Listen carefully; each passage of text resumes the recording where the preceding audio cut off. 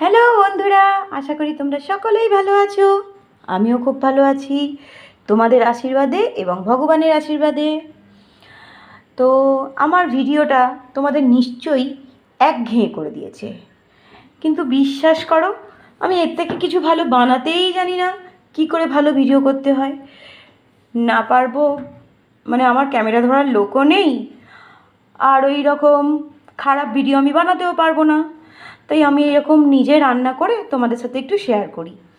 সেইটা তোমাদের একঘেয়েমি লাগে, তাই তোমরা আমার সঙ্গে থাকো না, বুঝতেই পারছি। কিন্তু কি করব বলো, আমাকে তো করতেই হবে এই কাজটা। যখন শুরু করেছি বন্ধ তো করতে পারবো না।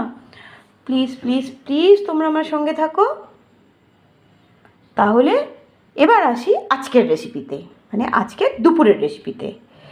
আজকে আমাদের কচু শাক রান্না হয়েছে। দেখো, এই যে ইলিশ মাছের মাথা, আর এই যে সাদা সাদাগুলো দেখতে পাচ্ছ হচ্ছে নারকোল আর ইলিশ মাছের মাথা, এই দুটো দিয়েই আজকে কচু শাক রান্না করেছি। আর দিদিভাই শুধু করেছে নারকেল দিয়ে, তাই আমাকে একটু খাওয়ালো। আমিও একটু দিদিভাইকে খাওয়ালাম, মানে ওপর নিচ আমাদের আজকে কচু শাক রান্না হয়েছে।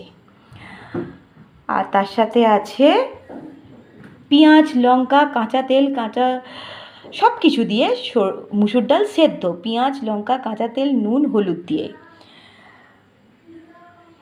ফ্যাঁসা মাছের ঝাল, আর হচ্ছে আলু সেদ্ধ পেঁয়াজ লঙ্কা দিয়ে মাখা, তার সাথে আছে গরম ভাত। এই হলো আমার সামান্য রেসিপি।